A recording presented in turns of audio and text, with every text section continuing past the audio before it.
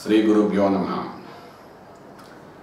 మా దగ్గర చాలా కేసెస్ వస్తుంటాయి. మనకు స్కైప్లో మాట్లాడేటప్పుడు అనుకుంటారు, మీ ఇక్కడికి వచ్చామండి, ఒత్తిడితో ఉన్నామండి, ఏ పని చేయలేకపోతున్నామండి, ప్రెషర్ నుండి బయటపడడానికి ఏం చేయాలి, ఎటువంటి మంచి సాధన చేయాలని చెప్పి వాళ్ళ జాతకాలు చూస్తుంటే శనిలో రాహులో శనిలో రాహుకేతుల యొక్క దశలో శని రవుల యొక్క అంతర్దశ మహాదశ నడవడం ఇలాంటివి ఏవో కొన్ని గ్రహాల యొక్క పీడనం కూడా అలా ఉండడం. వీడు విదేశాలకు ఎలా వెళ్ళాడు అని అనుకుంటుంటారు ఒకసారి.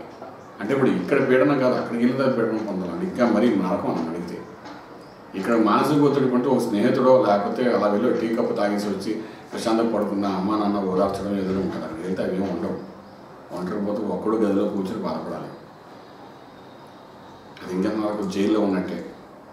నిన్ననే ఒక ఫారినర్తో మాట్లాడుతుంటే స్కైప్లో వచ్చాడు, it's literally like a jail for me sir. మీరు మా స్కైప్లో దొరికారు, భగవంతుడి రూపం మాకు కనబడినట్టుగా అనిపించింది. But literally we are in the jail. Like vegetarian దొరక్క నేను పస్తులతో ఉన్నానండి. ఊళ్ళో పళ్ళు కాయలేవో తింటాం, నాన్ వెజ్ ముట్టుకోలేము, ఇక్కడ వాసన ఉంటుంది. ఫుడ్ విషయంలో ఎంత జాగ్రత్త పడాలన్నా అంత అవ్వట్లేదు నాకు. ఫ్రూట్స్ ద్వారా నేను 6 రోజులు తినేసి బతికేస్తున్నాను. తిన్నాను చూడండి, నేను 6 kgs తగ్గిపోయానండి. ఏదో విదేశాలు అంటారు కానీ రియల్ సిస్టమేటిక్ ఉండేవాడికి విదేశాల్లో ఒక్కొక్కసారి కష్టంగానే ఉంటుంది. గురుగారు మీరు మా గురికే చాలా ఆనందం అని చెప్పి నమస్కారం పెట్టాడు ఆయన. అంటే ఆహారంలో కూడా మనకు కావాల్సిన ఆహారం దొరకని ప్రదేశాలలో మనం వాళ్ళు ఉంటున్నారు. అక్కడ అది యోగం అంటామా రాజయోగం అంటామా? ఇక్కడ తల్లిదండ్రులకు తెలియదు అవన్నీ.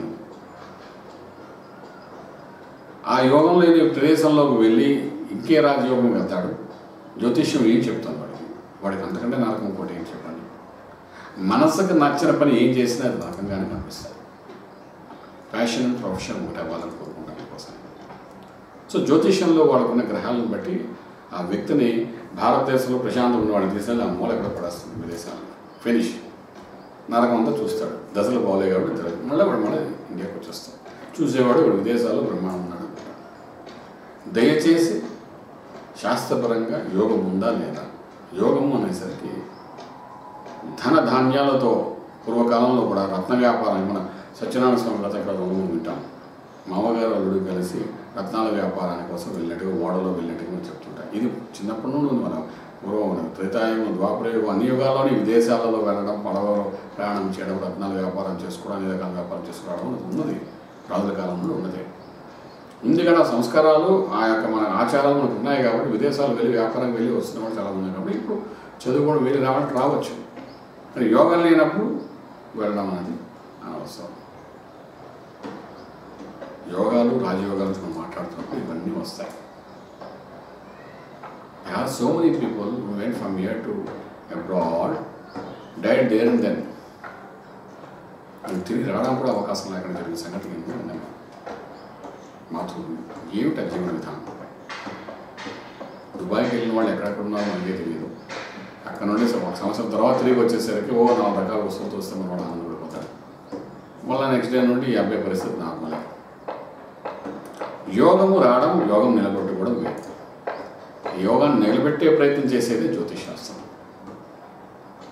అంచేది ఎక్కడికి వెళ్ళినా శాస్త్రం అనేది చాలా గొప్పది కాబట్టి శాస్త్రం గురించి తెలుసుకుని సమస్యల పరిష్కారం మార్గం చూసుకుని ఎంత గొప్పవాడైనా ఒకసారి శాస్త్రం పక్క చూసి ఏం చేస్తే ఇంకా బాగుంటుంది, నిలబెట్టుకోగలుగుతాం. యోగాన్ని తెలుసుకుని ఆ విధంగా ముందుకెళ్ళాలని ప్రయత్నం చేయగలుగుతాం. సత్ఫలితాలు ఉంటాయని చెప్తాం. శుభం ప్రియాదు.